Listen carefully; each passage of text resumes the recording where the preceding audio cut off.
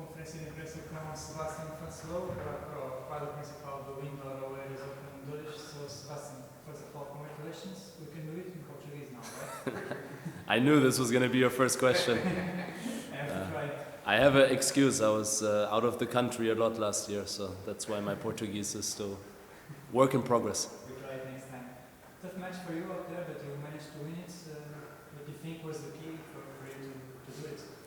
Yeah, at the beginning I started a little bit slow and I was trying to find solutions out there on the court, and my opponent was very solid, playing really well, and now that coaching is allowed, it helped me a bit. Mané was able to tell me a few things and just change up the game plan a little bit, made him guess a little bit more, and once I broke him back in the second, then I could use some more chances. I started serving a bit better, getting my feet a little bit more under me, and that helped me out a lot. Can you talk us through a little bit about that? What did you ask? Yeah, so at the beginning he was super solid, just running left and right, didn't miss any balls with the backhand, and I was trying to open up the court too much, and then I found a way to work him more through the middle of the court, and that's where he didn't feel as comfortable. Because I think running left and right, he's a very quick opponent, a great counter puncher. And once I actually got him more through the middle, then I had a chance to open up the court after, and he started missing a little bit more. Last week you couldn't make it to the major draw. Now you make it. How were you? What was your first impressions last week? How happy are you right now? I was a little bit frustrated last week, but I think I also had a really good opponent that played very well on that day, and it's the beginning of the year. Sometimes I feel a little bit rusty at the beginning if I didn't play a lot of matches the last few months, and you deal with the up and downs, you give all that you can, and then hope for a better result. Besides the third set today, I saw your match against Fabio last week, and I was quite amazed by your serving performance. Fabio was quite amazed as well. With your serve performance. How happy are you with your serve performance? Are you getting better with serve, or do you think it's because of the fast conditions? No, it's something we've worked on for a long time now. I'm a tall guy, so I feel like I should be serving well, and it hasn't always been my strength. So we work on it a lot with Mané, and some days it works, other days not so much. Like the beginning of the match today, I actually didn't serve that well, and then it got better and better. And you put in the work and you hope that the result comes. Now you will face Harold Mayo. Do you know him? A little bit. I know him from tournaments. I've seen him play a few times. I've never played him, never practiced with him, but I know some stuff about him. Yes.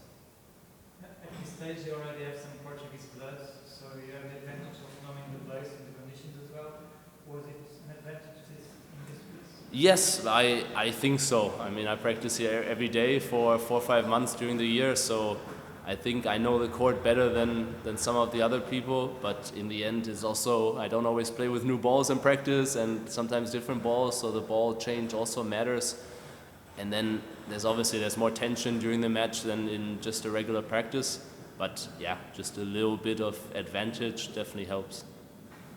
I saw you sometimes with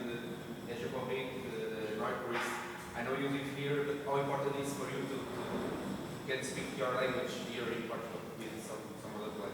Yeah, it's nice. Lucas Gerch is one of my best friends on the tour, and we travel together quite a bit. And Elmar Ejupovic now, I also see him a lot, and Max has some Portuguese blood also. So it's good to speak the language sometimes. I mean, my girlfriend's French, so we also speak English always. So it's not like English is like a foreign language to me, but sometimes just catching up with Germans or German-speaking guys is nice. Manel told us that you guys are trying to be more relaxed on the court, not focus all on the results, be more relaxed, essential. Do you think it's important for you to enjoy the process and be more relaxed on the court? So much more. I mean, we had a lot of talks with Mané, and we're almost joking now that every time the thought of a Grand Slam qualies enters my head, it's already done for me. Like, it's over. I cannot play. It's like putting so much pressure, and just to not think about points and what you have to defend and how far you are from the Grand Slams. because I've had a couple of times last year where I felt like I was pretty close. And I didn't have many points left to maybe reach a slam, and from that on it always went quite badly for me, you know. So just enjoy, have fun, and then see what the result brings. But do you think it was the reason to slide off the rankings, that objective that you have to be in the qualies, that you are so focused on that goal, and then you slide off a little bit? That was the reason to not enjoy the process and relax.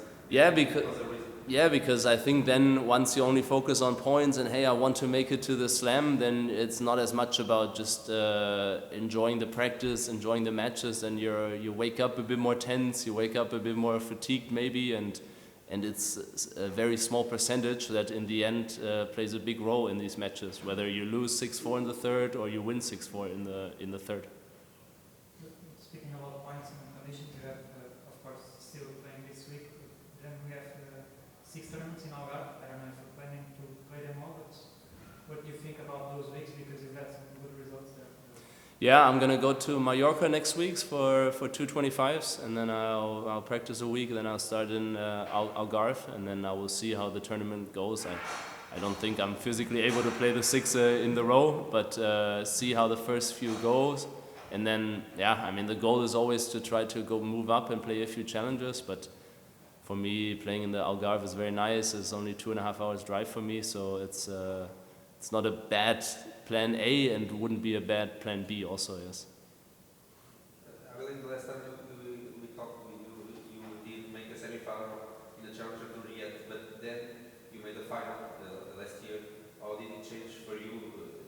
Do you think you are more ready now to face these kind of tournaments because you made that final? Yeah, I think there's certain hurdles, and once you pass this hurdle, because I think I was in 7 or 8 quarterfinals until I finally broke through, and then I even won the semi-final also, and then it's just you have more belief, you know.